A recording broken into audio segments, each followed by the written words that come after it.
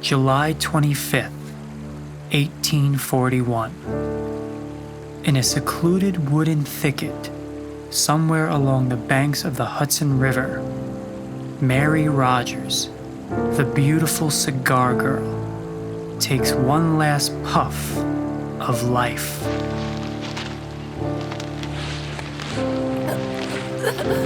No! Please! Stop!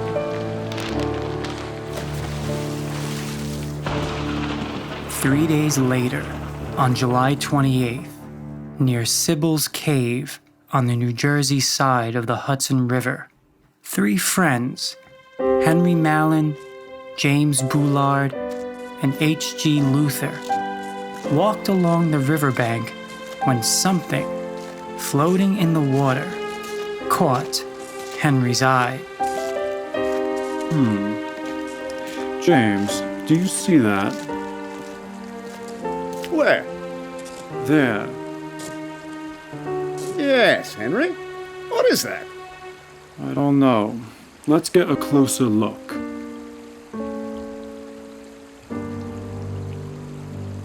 Henry, James, and H.G. rushed to a nearby boathouse, jumped into a wooden scull, and made their way out to the mysterious thing floating in the Hudson River. It looks like clothes. As the men approached the floating object, Henry makes a shocking discovery. Dear God! It's a woman! Floating in the Hudson River is the dead body of the beautiful Mary Rogers. Mary's death hit New York City like a thunderbolt. Eager to make a buck off the murder, newspapers around New York City printed every rumor they heard, regardless of how true they were. Mary's murder changed not only New York City, the newspaper business, and its police force, but American literature forever. Let's solve the mystery of the murdered cigar girl. They say you cannot escape history, but through the ages, some stories have slipped through the cracks. Join me as we thumb through the pages of the past. Tales of crime, passion, and murder. Stories from history without an ending. At least, not yet. These are the mysteries from the past.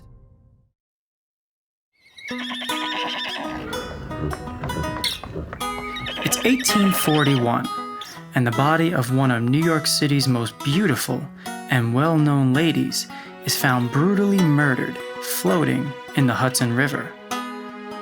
Mary was a local celebrity because of her alluring beauty.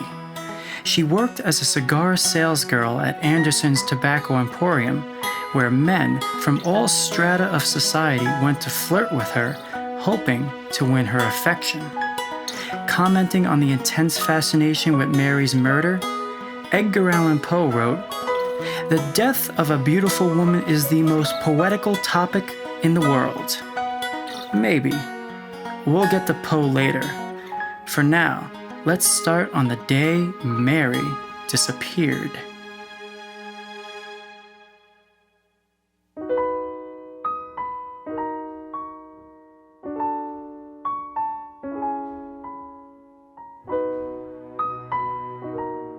Sunday morning, July 25th, 1841. A hot, humid summer day in New York City.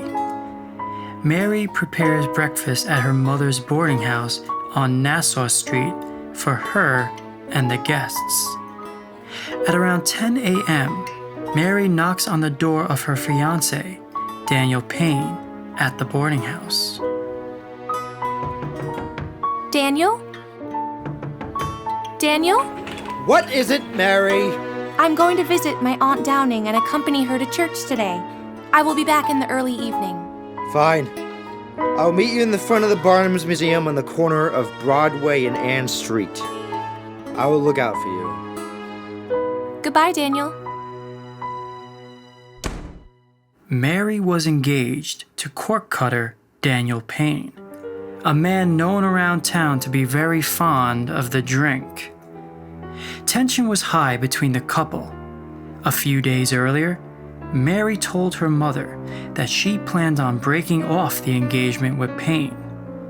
As the hot summer's day made its long, slow journey to night, the sky was invaded from the west with ominous gray clouds, unleashing a violent thunderstorm on the city.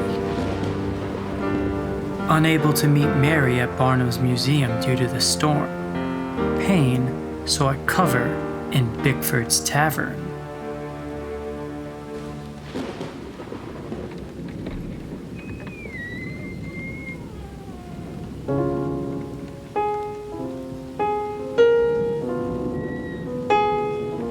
Evening, Payne. Brandy.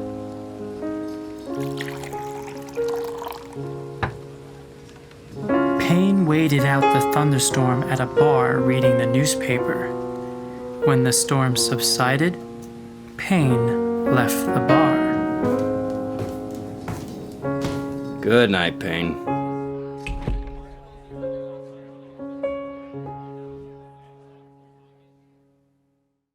There were no more witnesses to Payne's actions that day. The next day, Payne made his way downstairs at Mary's mother's boarding house and finds Mary's mother, Phoebe Rogers, in an emotional state. Daniel, Mrs. Rogers, what's the matter? Mary's not returned. Have you seen her? Where could she be? Calm down, Mrs. Rogers. Mary went to church with Aunt Downing and probably stayed there because of the thunderstorm. Aunt Downing was not expecting a visit from her yesterday? What? Let's just remain calm. She has disappeared before. 3 years earlier, in October of 1838, Mary mysteriously went missing after telling people she was going to visit the very same Aunt Downing. That time, in 1838, her mother Phoebe found what appeared to be a suicide note left behind from Mary in her room. I bid an affectionate and final farewell. Oh my God! Mary! The papers in the city went wild with speculation. Yet Mary returned a few hours later to the amazement of all, stating she was visiting a friend in Brooklyn, not her Aunt Downing. Who was this friend? Rumors began to spread that Mary's disappearance was a publicity stunt orchestrated by Mary's boss, John Anderson, the owner of Anderson's Tobacco Emporium. Sales of cigars increased when Mary resumed her spot behind the counter at the Cigar Emporium. Could this be another publicity stunt? Yet as the hours dragged on and there were no signs of Mary, Daniel Payne began to look around the city for any signs of Mary. In a strange twist, Payne is not the only man in New York looking for Mary. Alfred Cromlin, Mary's rejected suitor, is also searching around town for her. Cromlin was the complete opposite to Payne, the hard-drinking cork cutter. A courtly man, Cromlin was a professional with a bright future. He and his friend Archibald Padley decided to take their search outside of New York City and crossed the Hudson to Hoboken, New Jersey.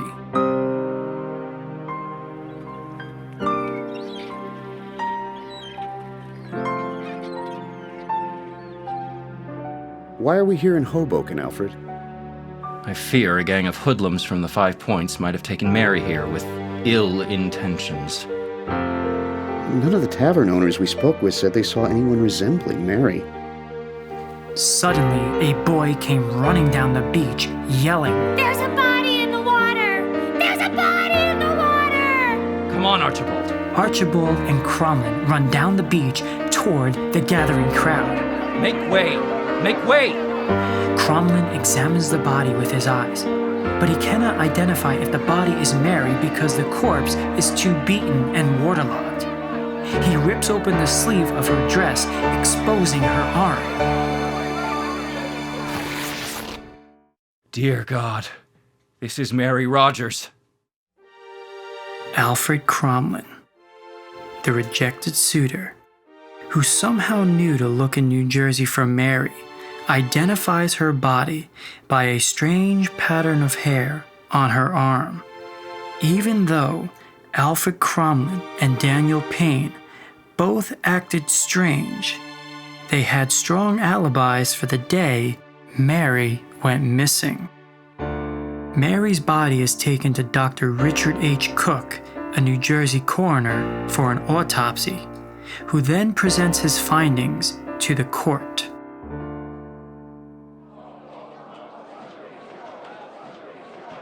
Order! Order! This court is now in session. Dr. Cook, please explain to the court your findings. Thank you, Justice Gilbert. Upon examination of the body, I found that her face was suffused with bruised blood. The blood was much congealed. The position of her arms at her death, in my estimation, are inconsistent with a death by drowning. Are you saying, Dr. Cook, that she did not fall off a boat and drown? Justice Gilbert, the victim did not drown. The bruising along her neck had led me to believe that Mary Rogers was choked to death by a man's hand. Order! Order! Tied around her neck was a lace cord cut from her own dress. This was not a lady's knot, but a sailor's knot. Dr. Cook's testimony shifted the spotlight for the time being from Daniel Payne, her soon-to-be ex-fiancé, and Alfred Cromlin, the spurned suitor, to a mysterious sailor or dock worker. Police examine the visitor logbooks at the Rogers boarding house and find a lead that takes them to the Brooklyn Navy Yard. On August 5th, 1841, a team of New York marshals and constables board the USS North Carolina and drag 22-year-old William Kycock from his bunk and haul him in for questioning. William Kycock, did you know Mary Rogers? Yes, I did. I lodged at her boarding house for 2 weeks on leave last year. Were you intimate with her? No, I was never intimate. Don't lie to me, Kycock. If you were never intimate with her, why did you find it necessary to call her on July 3rd, 3 weeks before she was murdered? I just wanted to see her is all. Just wanted to see her. All right. Then why did your shipmates report that on the night of July 25th, the day Mary was reported missing, you signed on to the ship in a state of great agitation? Look, Looks like the police found their sailor knot specialist. Kycock was sent to the Manhattan House of Detention for Men to await his fate. However, police hit a dead end when several eyewitnesses come forward, claiming to have seen Mary Rogers in the company of a young man. But in a lineup, they do not finger Kycock as the young man they saw with Mary. It is later confirmed that Kycock had breakfast with his sister the morning Mary disappeared, and then spent the rest of the day in the company of a questionable girl from the 5 Points. With no evidence against him, the police released Kycock and turned their attention back to Daniel Payne and Alfred Cromlin. The police question her boss, John Anderson. Anderson admits to courting Mary, but then police scratch him off the list of potential suspects. Why? I guess it's good to have powerful friends as your tobacco customers. With no new leads, the penny papers around the city printed every outrageous rumor they heard to keep their sales up. One paper claimed that Mary was alive in Pittsburgh. But then, two brothers, Charles and Ossian, are sent by their mother, Frederica Loss, the owner of Nick Moore's Tavern in Weehawken, New Jersey, a stone's throw from Sybil's Cave, to collect sassafras bark from a nearby grove. As the boys walk through the woods, Ossian sees something lying on one of the nearby rocks. Charles, it looks like a man left his coat here. That's not a man's coat, you idiot. It's a woman's petticoat. I'm gonna tell Ma you called me an idiot again. Do it and you're dead. Hey, look here. Someone's initials are written on the sleeve. M.R. I don't know anyone named Ma. Do you? Let's bring these clothes back to Ma.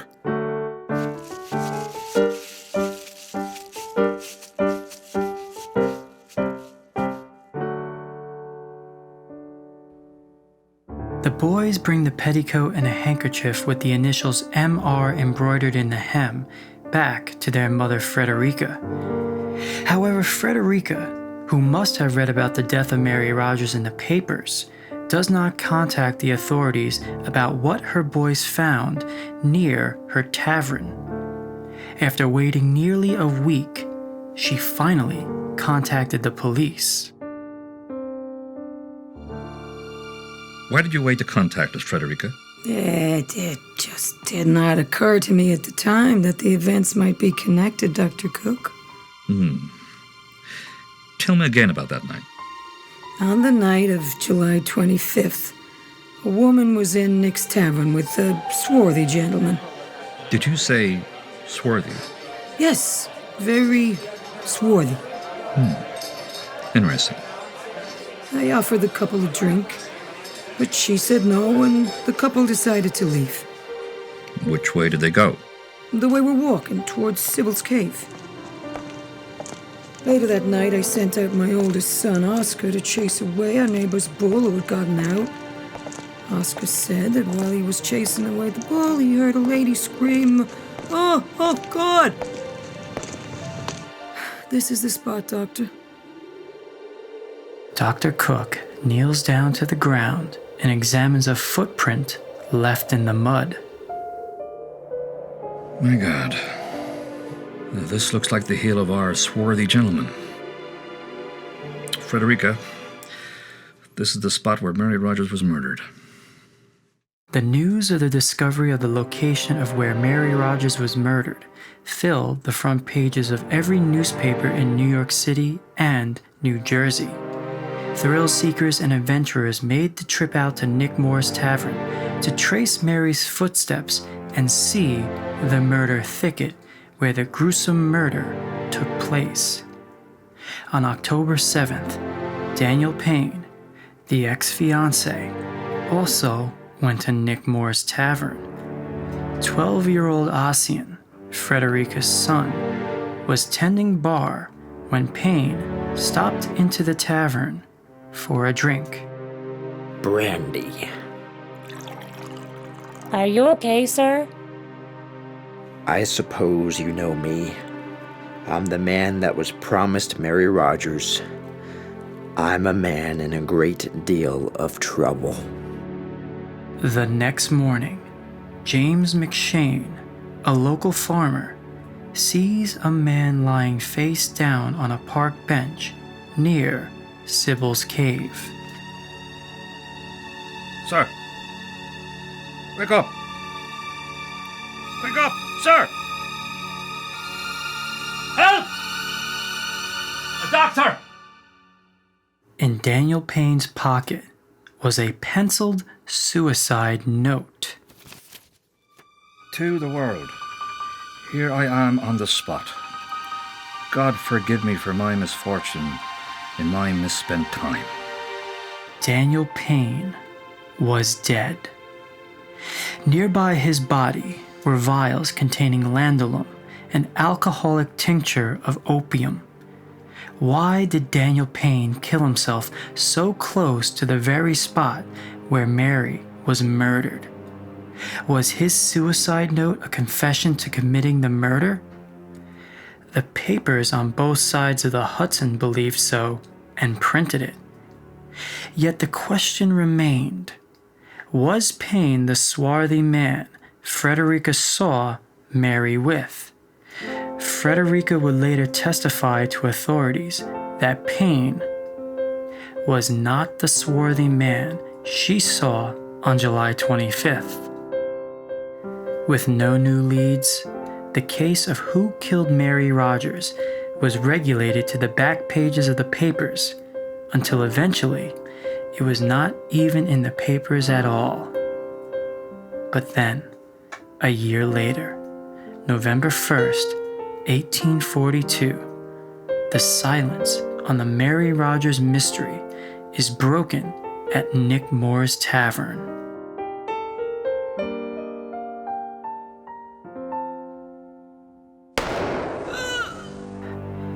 Frederica Loss is accidentally shot in the leg by one of her sons while they cleaned a shotgun.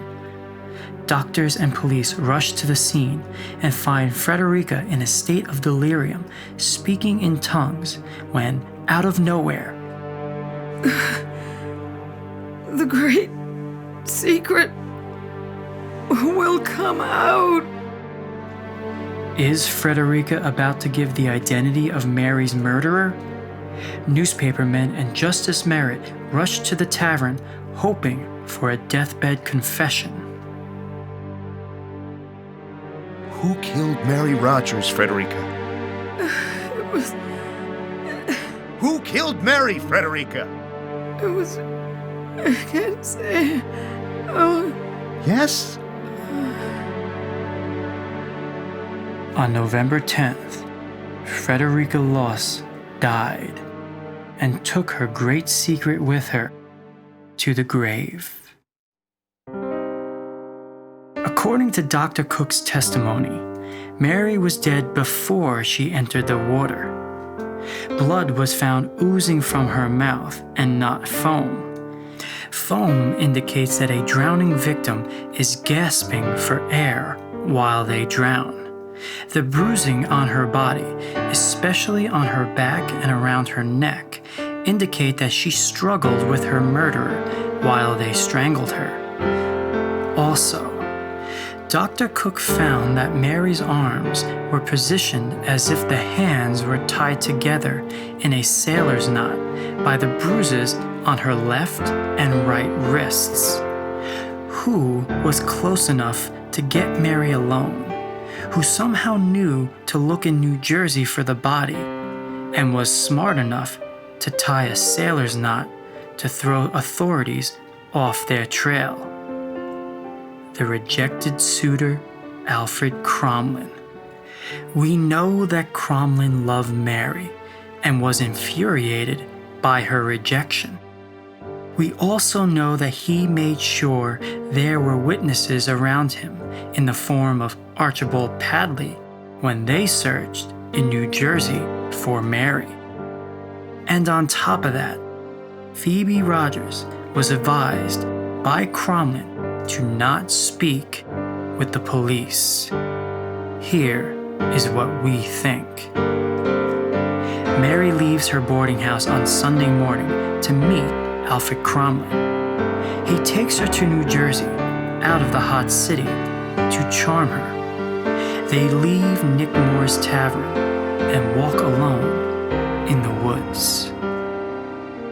Mary, I'm so pleased that we can now be together.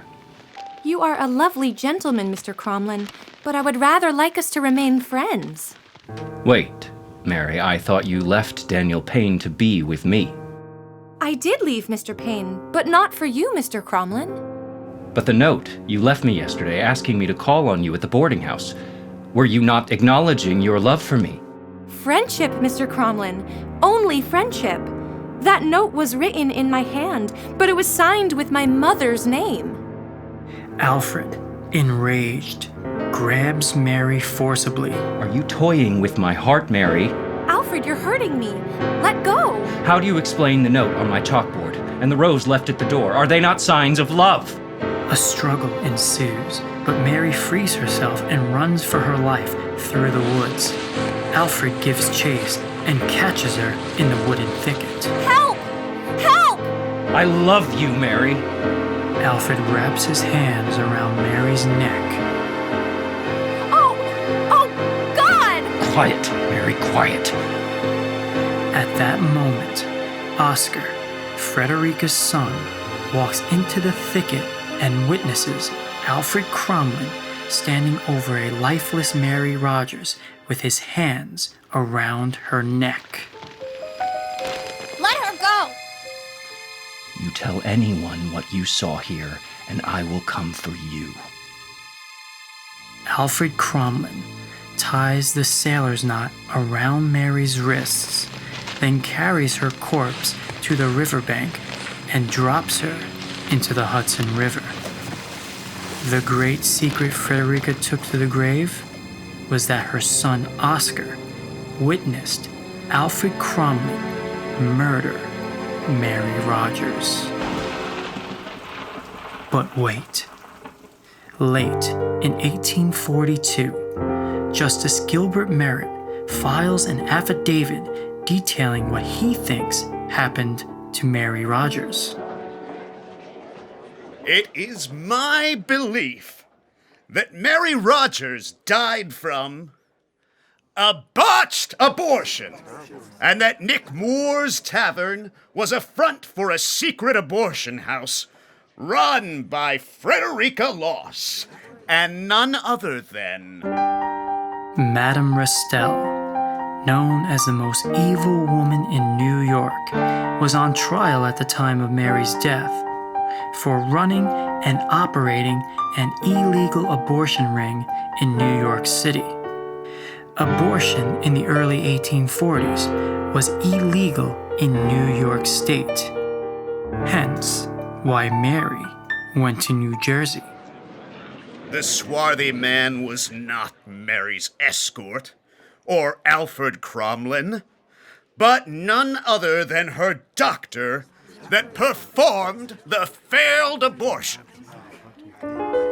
The swarthy doctor was never found, and Mary's murder, to this day, remains unsolved. New York City changed because of Mary's death. In 1845, the abortion law was passed, influenced by the newspaper's speculation that Mary's death was a botched abortion at the hands of Madame Restell. The police force in New York was centralized from night watchmen to the organized force we know today.